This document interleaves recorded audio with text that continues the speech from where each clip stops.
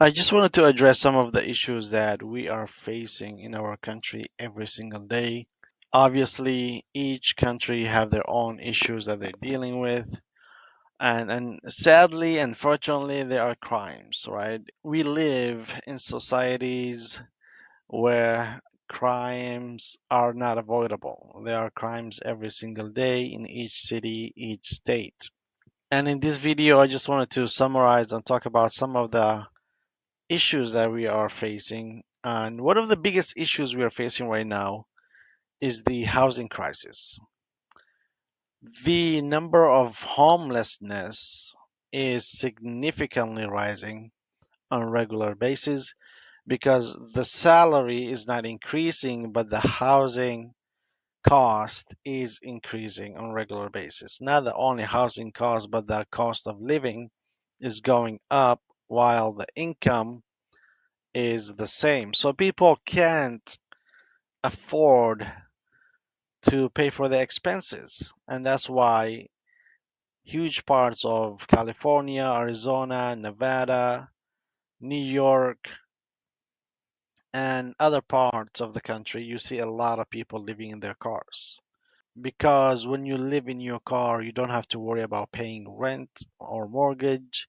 You don't have to worry about paying electricity, gas, water, trash, and all these costs that's associated with living in a house or apartment. But if you live in your car, the only thing you have to pay for is the car payment, and you were going to do that anyways, whether you had a home or not. So you're going to pay for the car payment, the insurance, and the fuel. Or if you have electric car, you don't need fuel, but rather the cost to charge the ET. So, and by people doing this, they are going to cut down on a lot of expenses and save a lot of money. Because if you're paying for rent, depending on what part of the country you live in Arizona and Nevada and California, for two bedroom, you talk about anywhere from 1,500 to 2,500. But if you live in your car, you are going to save this amount. And that's why some parts of California, Arizona, Nevada, Southwest, even Northwest, you see a lot of homelessness and you see a lot of people living in their cars. They usually park on the sides of the roads or in Walmart parking lot or in public areas. And they do this because just they cannot afford to get a housing. That's just one of the biggest problem that we're facing right now in 2024. And unfortunately, there are some other issues. A lot of people don't have access to healthcare. It's just too expensive. Economic inequality. You see a lot of people, a lot of immigrants or low classes have low paying jobs that pays minimum wage. And there's so many different reasons for this. And one of the other biggest problem we have is the mental health. A lot of people have mental health disorders, which leads to unemployment, which leads to drug use, and which leads to domestic violence and some other issues in the community. Here are some of the other problems that we're having in the US.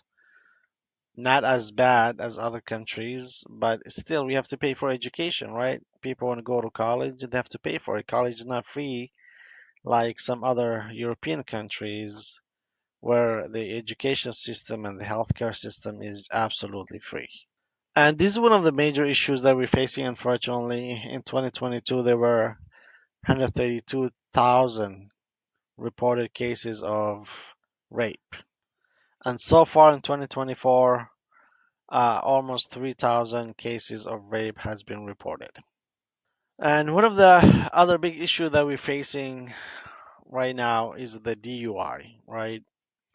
This has been an issue for a long time. Drunk driving, people driving under the influence, whether whether under the influence of alcohol, illicit drugs or anything else or abusing prescription drugs. But this is a huge problem that we have in our country.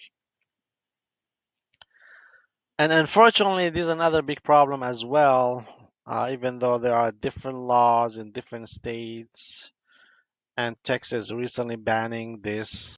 This is a huge problem, right? People make impulse decisions. They seek pleasure, right? They go out partying, they want to have fun, they want to meet people, they want to do all these things, and later on they get pregnant, and sometimes they don't know what to do, and the only way out is by doing this and getting rid of the fetus, unfortunately. So this is a huge problem right now. It's been going on obviously for decades. It's nothing new, but it's just one of the problems. A few years ago, maybe 3, 4 years ago, illicit drug use was big issue in the Midwest. A lot of people were in their vehicles, passed out, overdosed from using illicit drugs. Still, that's a huge problem, right? In many, many states, we have drug problem. A lot of people have mental health.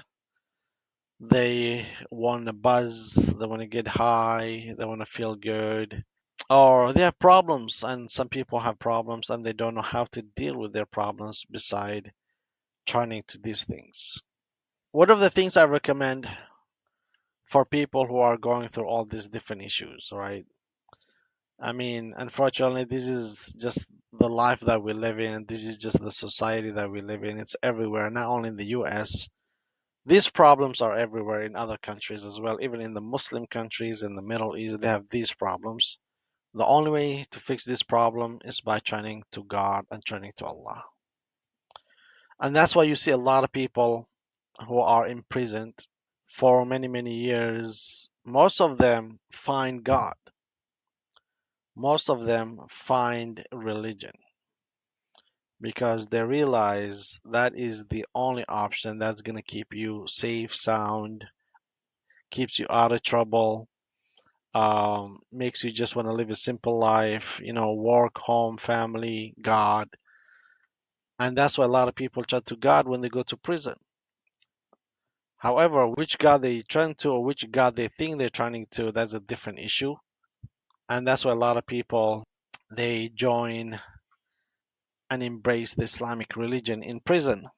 Even though there is a lot of misconception and people think that Islamic religion is only for the Middle East and black people, which is not true. And many of the prophets were not Arabs, were not blacks, and they were Muslims. And that's why it's very crucial. If you want peace, if you want tranquility, if you want simple life, and if you want happiness, the only suggestion that I have for you is go find the Quran and read the interpretation of the Quran. And don't be biased. I mean, if you're biased and you're prejudiced and you're one sided and you're not honest with yourself, obviously you're not going to find the truth. But if you're honest with yourself and you really deeply down in your heart want to find the truth, you will find the truth.